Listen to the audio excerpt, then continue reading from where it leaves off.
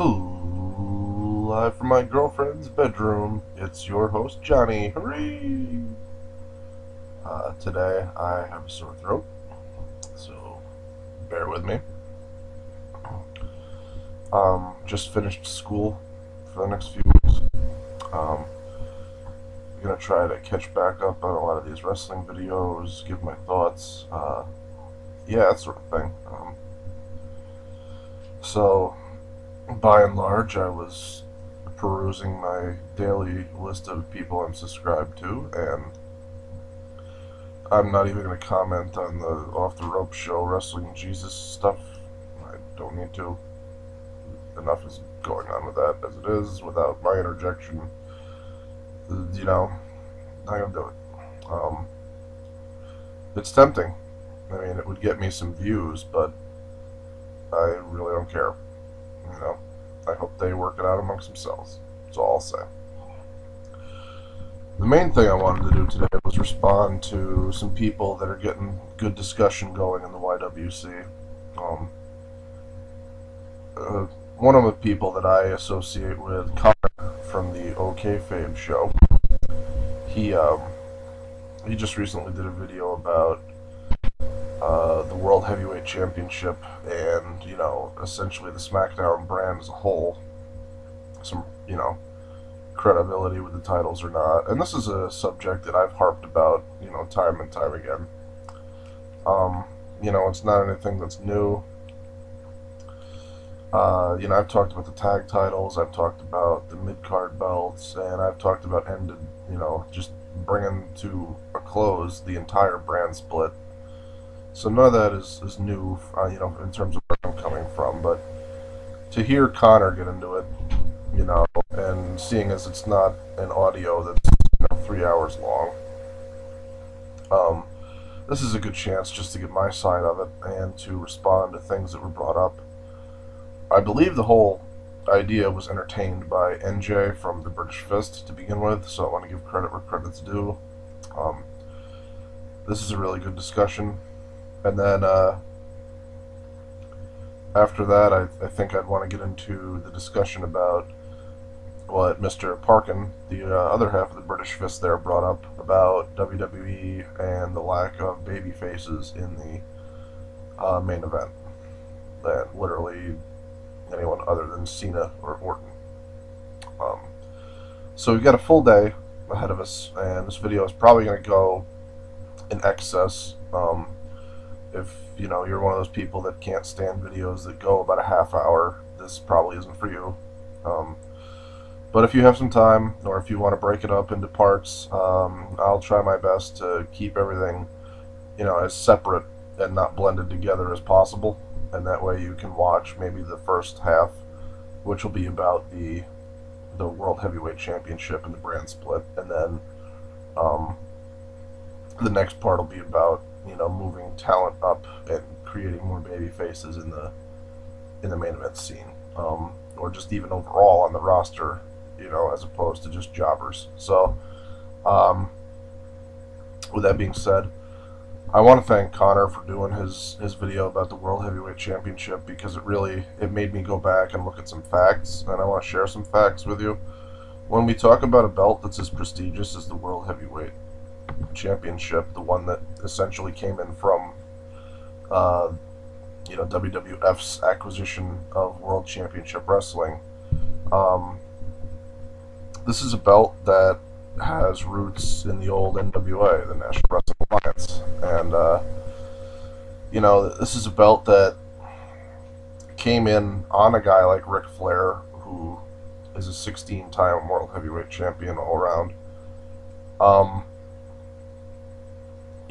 It's got great legacy behind it. It's just something that he spoke about at length was, legacy, and that brings on tradition, and that brings on the idea of this person being regarded as the top guy in your company. So I think that that's important to keep in mind. Let me see if I can maneuver this a little bit. I'm trying to set it up on the computer. I don't normally use notes, but for something that's like history like this and factual, I didn't really want to be wrong. So forgive me here. But in terms of when and how the title came about in the first place, like I said,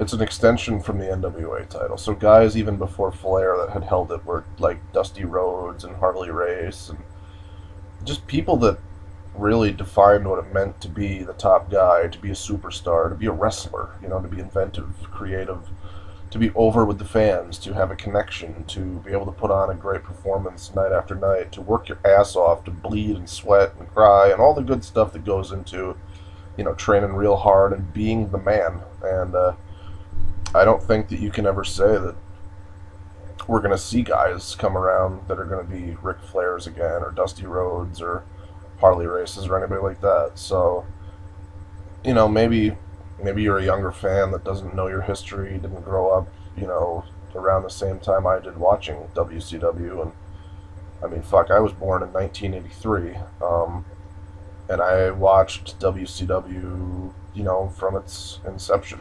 You know, I remember when it was brought to, you know, the Turner programming on the cable company. It was on TBS forever. I used to watch Saturday Night with my dad for a little while, you know, when he was actually okay with doing it. Some of the only father-son time I ever got with him was, you know, watching old wrestling tapes and that kind of shit. So, you know, but I remember that WCW used to put on the free pay-per-views, the Clash of the Champions, and you know, that belt was always featured. It was always regarded with a lot of respect, and I feel like today there's, you know, it's a lot different of a feel to it. You know, Connor brought up the point in his video about it being the opening start to a WrestleMania, and while WrestleMania is prestigious in its own right, and you know, it's a good thing to have the title featured there, at the same token, it's like that belt's been around longer than the WWF's has, and you know, more guys that I think that are respectful have held it. Just because the WWF or WWE or whatever the hell you want to call it now is the only game in town per se, doesn't mean that their title is any more important than, you know, the World Heavyweight Championship, which they brought back.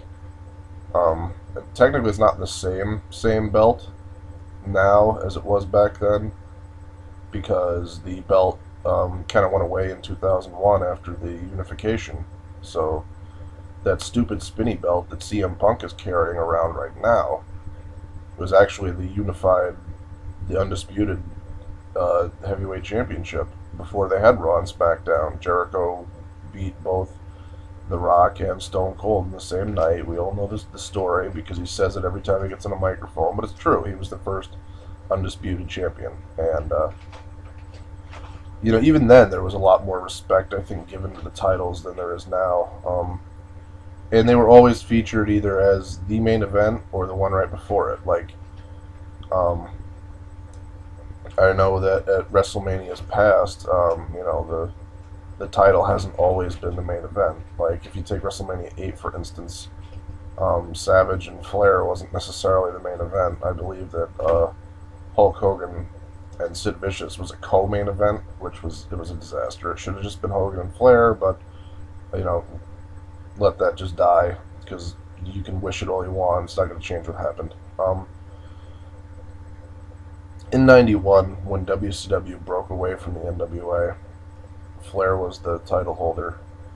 I'm reading here that it was January 11th of '91, so Ric Flair essentially brought the title over to WCW from NWA, and then he left because Flair was at the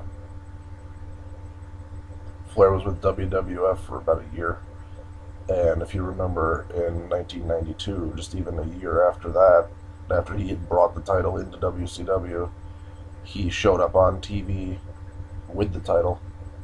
You know, when he made his debut, and then he won the '92 Royal Rumble and became their heavyweight champion. So it was kind of a full circle effect. Ric Flair's been a champion in, you know, lots of territories. A very decorated champion. So this is a guy that held the belt, that brought it into the company. WCW for a long number of years was very respectful and had guys on top in that business that, you know, are respectable wrestlers. On July 14th of 1991, Lex Luger defeated Barry Windham at the Great American Bash, became the champion. Lex Luger would hold that title until February the 29th of 92. Sting would win it from him. Those are two, you know, multiple accolade champions and competitors that, you know, they don't need any introduction. After them, the title had been held by guys like Vader, Ron Simmons. It would pass between Vader, Sting, Vader, and Flair for the next 2 years almost, and then Ric Flair would win it after it was vacated in some controversial thing back with him and Steamboat, which was a great set of matches. If you've never seen them, you need to. Any wrestling fan's life is incomplete without seeing them. But, you know, you're talking about Ricky Steamboat, you know, a guy that wrestled all over, and, you know, in WWF, he was, you know, an Intercontinental Champion for them. You know, he's still around in the Hall of Fame for them. He does a lot of things. He fought Macho Man at WrestleMania 3 in probably the greatest match in the history of WrestleManias. So, you know, this is a very decorated, you know, history for this title, let alone the people that have held it. And then I guess the biggest thing you could say is that Hulk Hogan, the guy that pretty much defines wrestling for all of us fans, whether you love him or hate him, the fact that he held this belt, and he held it for a combined 469 days. This is what Wikipedia says anyway. You know, it really goes to show that the belt meant something at this point, because Hulk Hogan was the biggest name in wrestling at the time. Him and Flair were the two that went for it, and, you know, this was like 2 years after what should have happened in WWF. WCW would capitalize on this, and they would use that rivalry, and it made for great television, it made for great wrestling during the time, and it made wrestling really popular. You know, but for it to have gone from 1994 to when Hogan would win it, you know, July 17th, you know, to now, this is, it's only, I don't even, it's just a shame to see how far it's fallen from its glory days, you know, if you will. For it to be treated the way that it is, like a secondary belt on a secondary show. You know, when Raw and SmackDown first split, they had a roster that was gigantic, and it had, you know, stars the likes of Jericho and Triple H, and it had up-and-comers that would be Batista and Cena, and you know, top guys. The shows split during a time in WWF when they had a great tag division, and they had great single stars and a good undercard. I mean, you're talking about guys like Benoit and Guerrero and Malenko and shit, I don't know, just lots of talented undercard people putting on shows for the Intercontinental title. And it's like, what the fuck happened? So, I guess what I'm trying to say is that it's really not fair what's happened, and that my whole solution to this thing would be to essentially, after I give you the history lesson and probably put half of you to sleep, if you're still watching this, thank you, by the way, I would totally just end the brand split. I mean, especially since the roster is so slim at this point. There aren't very many top guys, and I don't foresee them, you know, extending, you know, just piling more people into this roster that already doesn't have developed stars. You can't really develop stars without other developed stars for them to face on their way up. It's kind of a natural progression of things. So I think that the World Heavyweight title and the WWE title need to come back and just be the title. And you need to have one, the top guy, not two. Because nobody's going to dispute that CM Punk is a bigger name than Daniel Bryan was when he held the title. And nobody would dispute now that CM Punk is a bigger name than Sheamus is. I mean, it's great that Sheamus is given that belt, and we can say that he's a champion, but what does it really mean? They've let the belt go on guys like Orton and Triple H for years and years and years, and never, you don't really associate it with other people.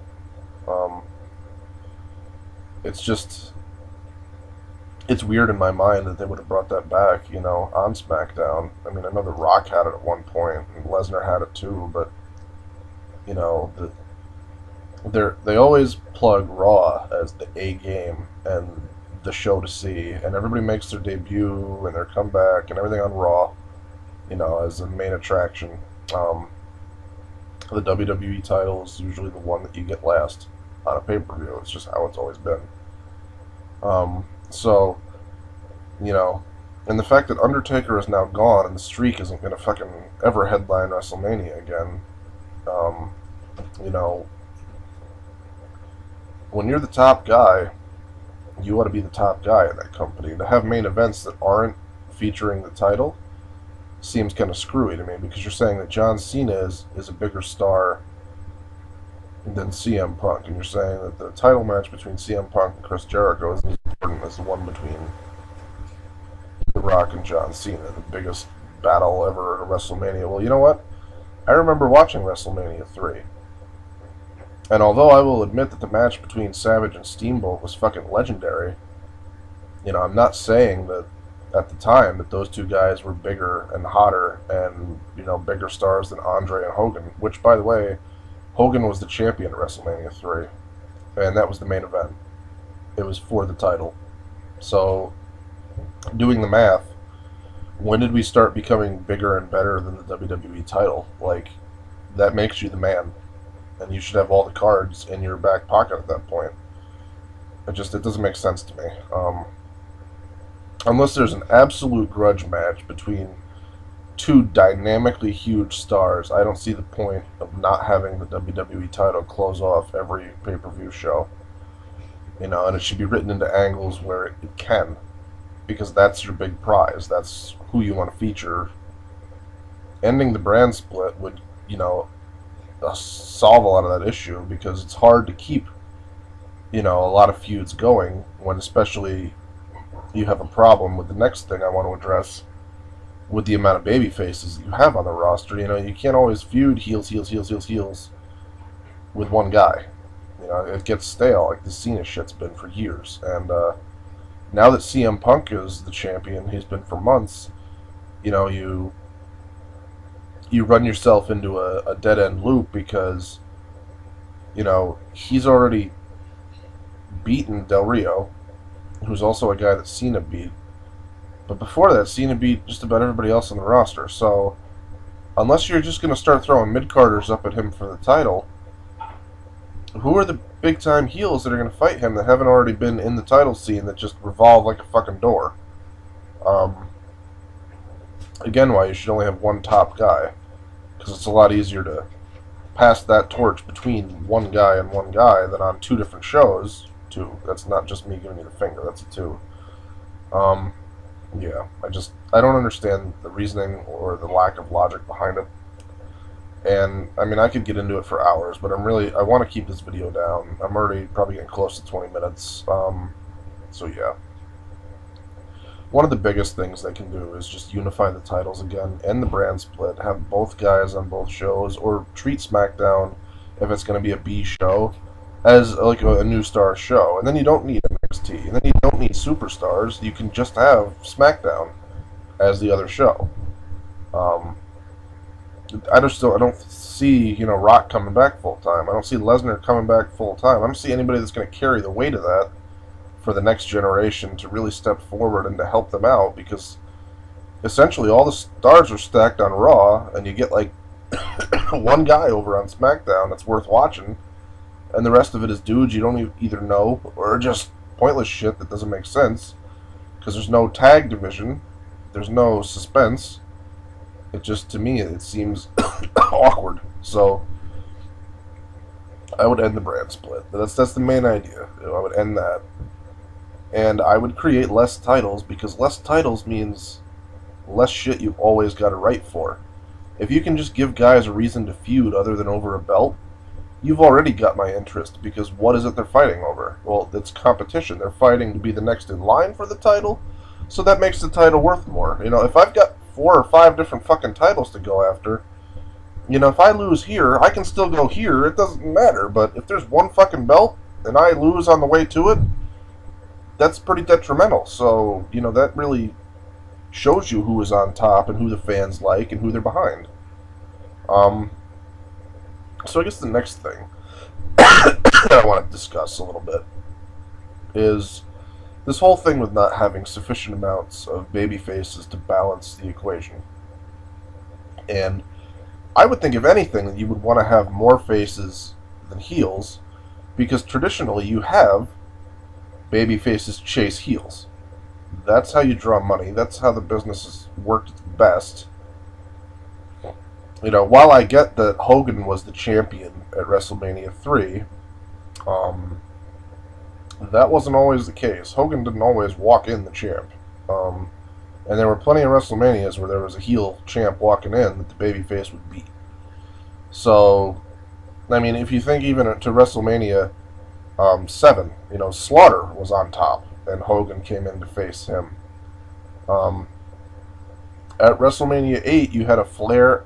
Ric Flair was a heel, and Macho Man came to defeat him. So the babyface chased the heel up until your biggest show. And just, to me, it doesn't seem very logical that you would only have this select number of babyfaces up in the top ranks, because babyfaces are traditionally the ones that you can get behind. So it seems weird. Why would you hold them down? Now, a big reason you would hold them down is because of the Breakfast Club, which has been the revolving fucking door of champions, you know, and top guys like Triple H and Cena and fucking Orton. And, you know, we've talked this to death here in the YWC, and I'm sick of the Breakfast Club antics. And, you know, I'm willing to accept that, you know, if they want to change that maybe they'll do that with CM Punk, and maybe they'll bring some more guys into the fold here, whatever you want to call it. But, you know, how does a guy like Sheamus that won the Royal Rumble even seem important anymore when he's a top babyface at the moment, but the guy that he beat, Daniel Bryan, in 18 seconds is now getting over and over and over with these yes, yes, yes chants and gaining popularity, and is now going to go against CM Punk on the other show for the other title, even though he was just a champion, lost at WrestleMania, lost again at the next pay-per-view. But, oh wait, there's another belt. It doesn't make sense to me.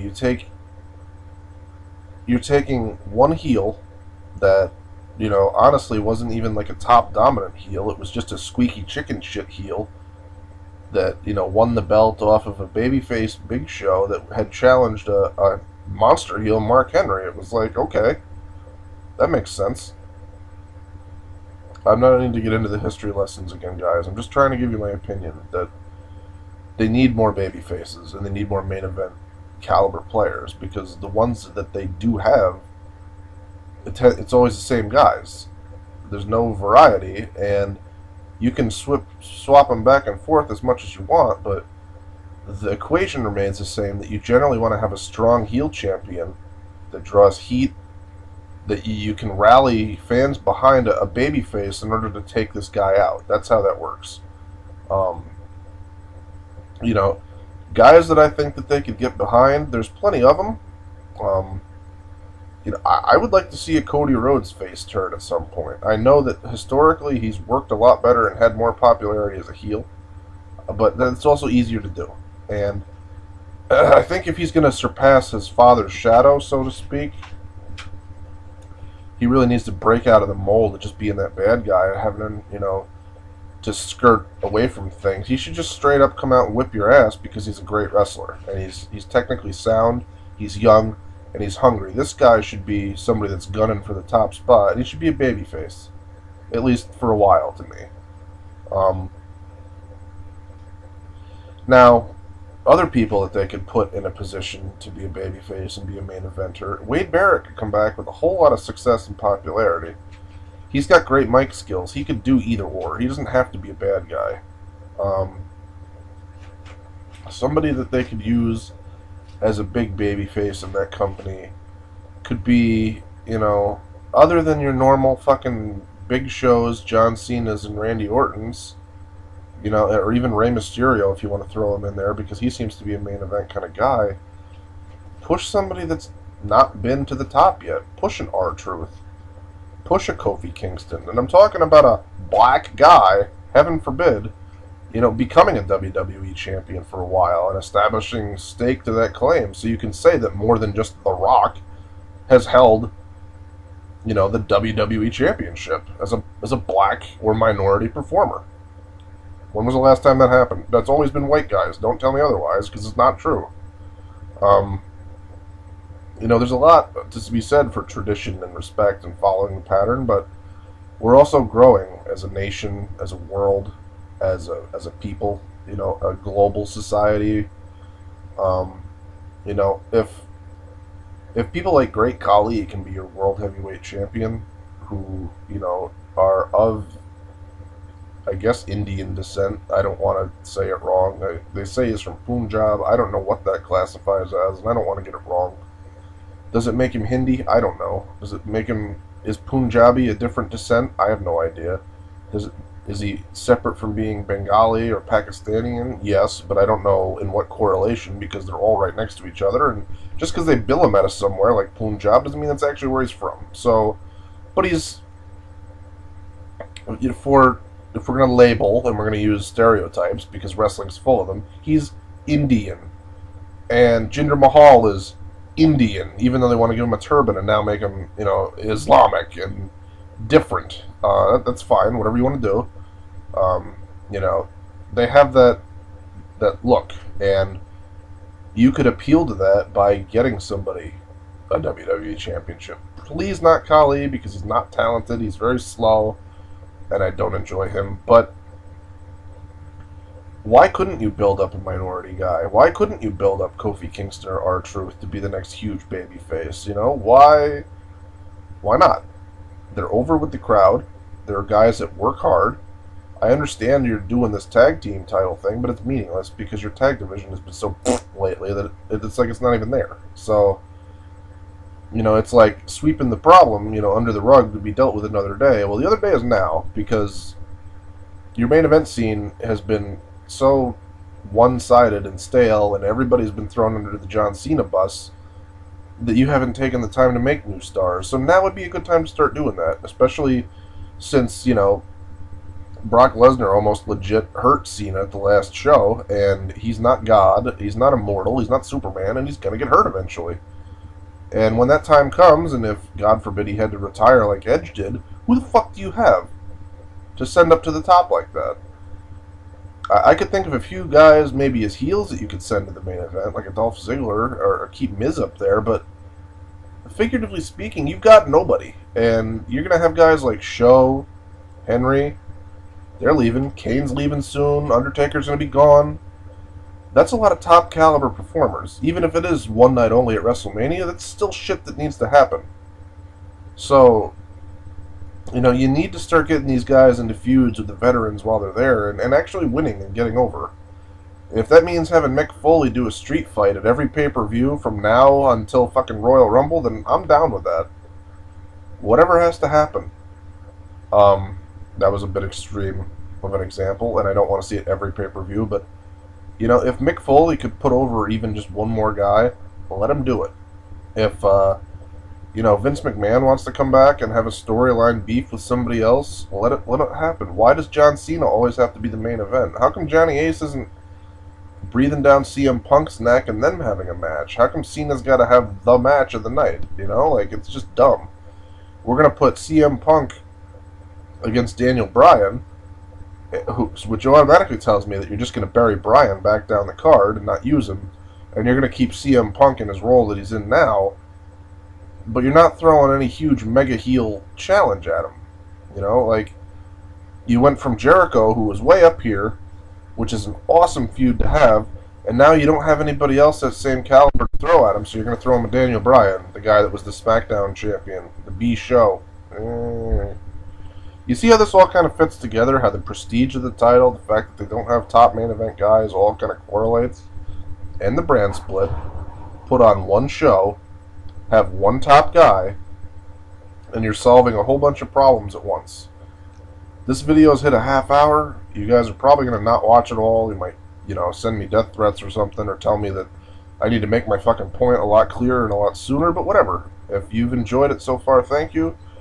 I'm not looking to be the next, popular kid at the lunch table. I just want to give my thoughts, and I think that I'm pretty spot on with a lot of this stuff. I'm emulating a lot of other voices out there in the YWC, and I'm not afraid to make a half-hour rant video about it. So, please leave me some comments below. Tell me what you think, and I look forward to talking to everybody, on board here. Look me up. I'll be on Skype here pretty relatively soon. The name is VentiKid. It's the same as the channel here on YouTube. Just go ahead, add me. I look forward to doing audios with people, discussion videos. Look for my next couple of things that are going to come out. I'm probably going to do some more collabs with DreamBoy899. I'm going to try to get Mr. Route from the Off the Rope show. I'm going to try to get either one of the British Fist, if not both of them. I usually have more success with Daniel Parkin, but I promised NJ, I promised him that we were going to talk. And I'd also like to have a little bit of a debate with some other guys out there. I'd like to have the chance to do one of those OkayFabe versus segments with Connor. And I'd also like to get on here with Spaz Phoenix at some point. So, there's my list of random plugs for the day. If you haven't, also check out the Nature Girl 30, just because she deserves it. And she's been making videos consistently that are, rather good reviews with rather good logic and insight to them. And plus, it's a female perspective, which, us beer drinking types don't normally listen to and or get. Expand your horizons, make some friends, leave your comments, and thank you very much.